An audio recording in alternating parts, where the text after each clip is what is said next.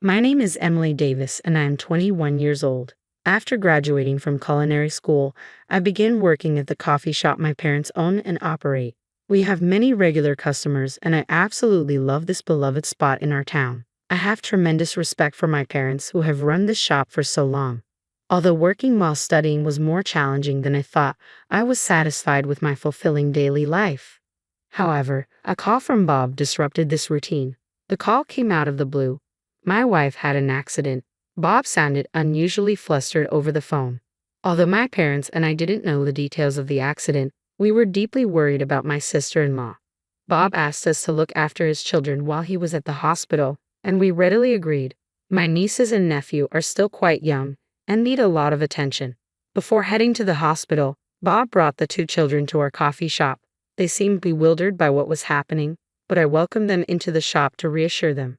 We received another call from Bob 2 hours later. We breathed a sigh of relief when we learned that my sister-in-law's life was not in danger. However, she had a severe sprain in her foot and needed to rest at home for a while. Bob asked us to continue looking after the children for a bit longer. I was torn.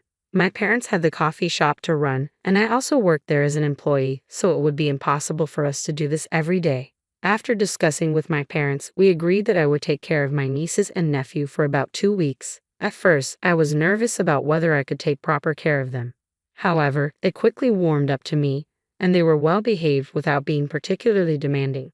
When things got tough, my mother was there to support me. 2 weeks later, the need for me to look after my nieces and nephew had passed and life returned to normal. But then I received another call from Bob. My wife is still not feeling well. I would appreciate it if you could look after the kids when she asks for help. Honestly, I wasn't sure what to do at the time. In the end, I couldn't bear to leave my nieces and nephew unattended, so I replied, I can do it occasionally. Sure enough, just a few days later, my sister-in-law sent me a message saying, could you watch the kids tomorrow? I replied, okay. On the day my sister-in-law had requested my help, I went to pick up my nephews in the morning, dropped them off at kindergarten, and then brought them back home in the afternoon to take care of them. My mother occasionally dropped by to check on things. In the evening, after dinner and a bath for the kids, we waited for Bob to pick them up.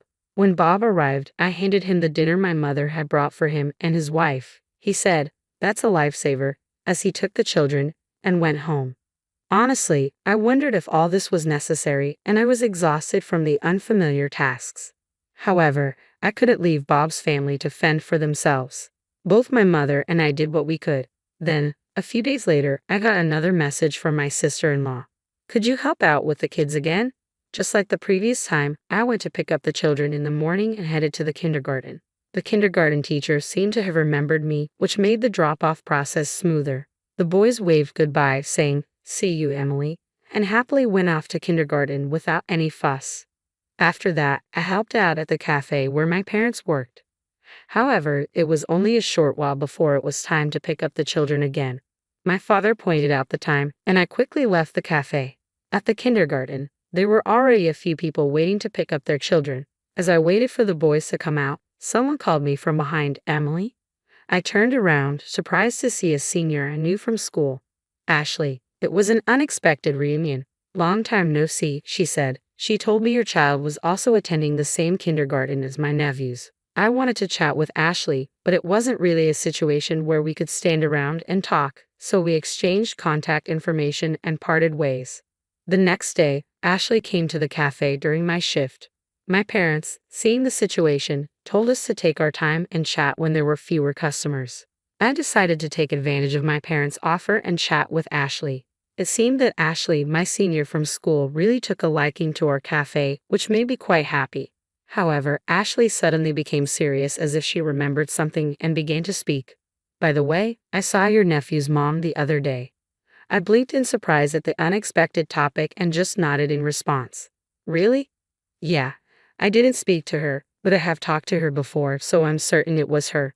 But there's something. Ashley seemed to struggle to find the right words, piquing my interest, so I urged her to go on. The contents of her words left me astonished. Moreover, it seemed my mom overheard Ashley's conversation, and our eyes met. After Ashley left, I asked Mom what she thought about what had been discussed. Let's keep an eye on the situation a little longer. I nodded in agreement. Then, one day, I got a sudden call from Bob. I couldn't pick up immediately, and the call ended, but noticing multiple missed calls in my call log, I quickly called him back. What the hell is going on? I was confused and asked him.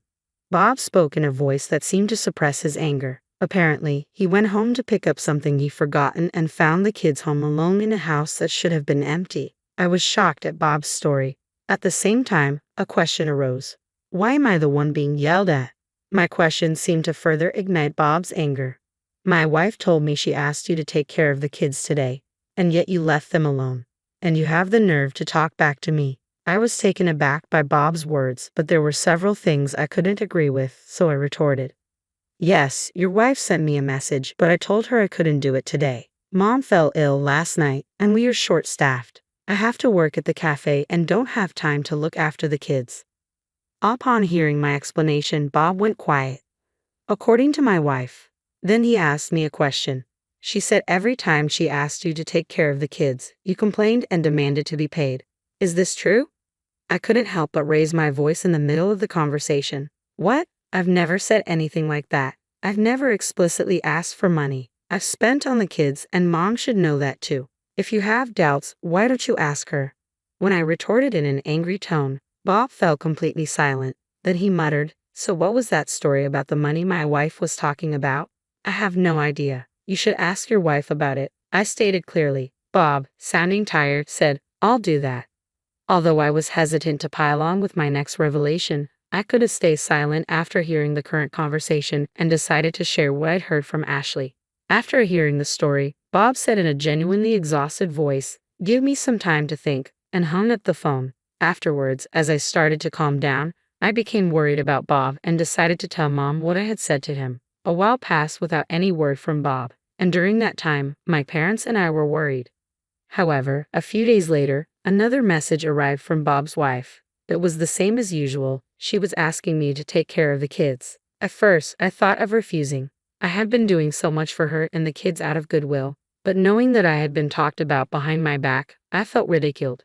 But Mom stopped me.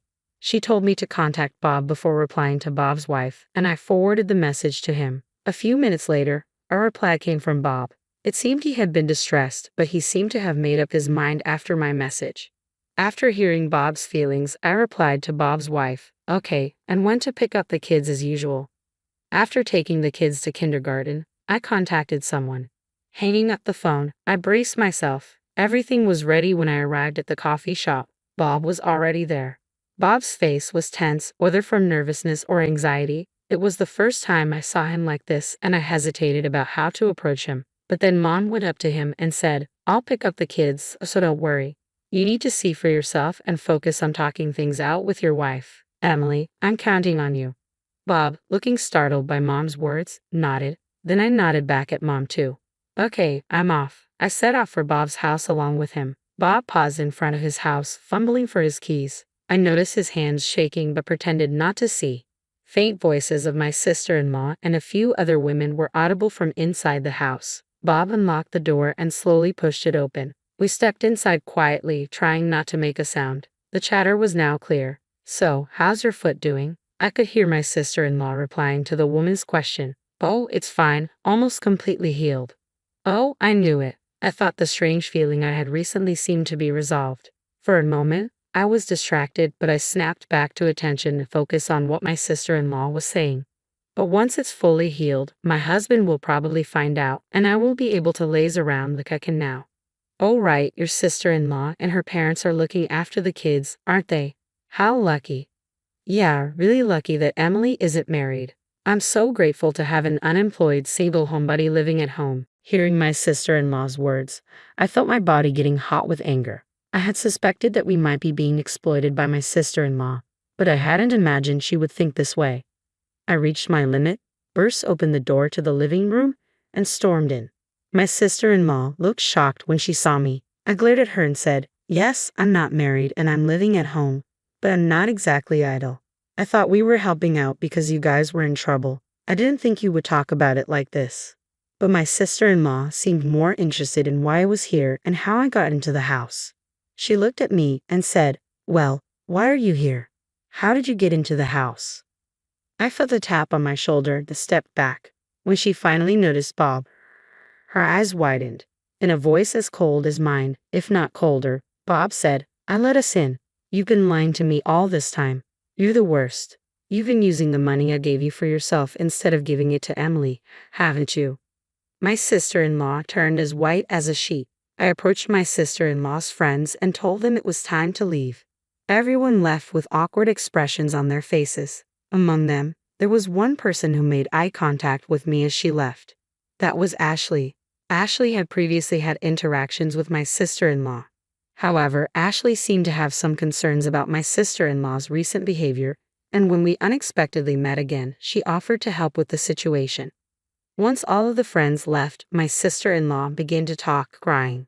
To make her story short, this was her excuse. Ever since the birth of their second child, taking care of the kids became increasingly difficult. Bob was always busy with work and couldn't help with childcare or housework, which was tough. When she got injured, my mother and I began to help out, and things got a lot easier. Because of this, she ended up relying on us. About the money Bob gave her, she hadn't had any disposable income since getting married, and she couldn't resist using the money because of this. Frankly, I wasn't convinced by my sister-in-law's excuses. Perhaps sensing my feelings, Bob suggested it was time to leave for the day. I took his advice and left Bob's house. When I got home, my mother was waiting with a worried look on her face. It seemed like my dad was looking after my nephews, so I took this chance to explain everything to my mother. She made a complicated expression and said, "I see. It's a problem between those two now," and went back to my nephews. I followed her. My nephews, who knew nothing of the situation, greeted me with smiles and called out, "Aunt Emily." Although I felt a complex mix of emotions, I did my best not to show it on my face and responded to my nephews. Several hours later, Bob returned home. He said he would be staying at our parents' house for the night. My mother, seeming to understand Bob's thoughts, merely responded with, "I see." After putting his kids to bed, Bob explained his decision to our parents and me. "I won't divorce her this time, but if she repeats the same mistake, then I'll consider divorce. Emily, I'm sorry for what you've been through. And you too, Mom." "No, it's okay, but are you sure that's what you want, bruh?" Worried about the relationship, I asked Bob. He nodded and said, "Yeah. After talking to my wife, I realize I'm partly to blame too. We've decided to give it another try together." I asked Bob what he meant. He said, "I've been all about work and never really paid attention to my wife. I also left the kids entirely up to her. I now realize that this may have put undue pressure on her, and I've been unfair to our kids. I should have spent more quality time with them." Listening to Bob, I honestly had mixed feelings, but Mom said, "I get it. As an individual, it's hard to forgive what your wife did to us.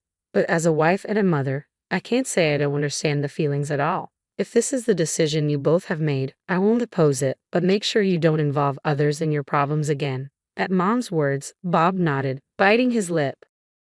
Since then, neither Bob nor my sister-in-law has asked anything of me. I haven't seen her even once. It must be awkward for her to face me. My father is angry, saying she can't even apologize, but truthfully, I prefer not to see my sister-in-law to avoid bringing back unpleasant memories. When I told Bob this, he promised, "I understand. I'll try to avoid having you and her meet as much as possible." Thanks to that, my everyday life returned to normal. Hearing the sound of the bell, I turned around. At the entrance stood Bob with my nephews at his sides. Letting go of Bob's hand, my nephews raced over to me, calling out my name, "Aunt Emily." I happily responded with a smile to my adorable nephews. While the kids were chatting with my parents over cake, Bob quietly told me that although my sister-in-law was remorseful, she disliked the kids going to see me because they were fond of me. But hearing that, I couldn't help but think she had brought it upon herself. There may come a time in the future when I have to face her again. However, right now, it doesn't seem likely that I will forget what my sister-in-law did to me anytime soon.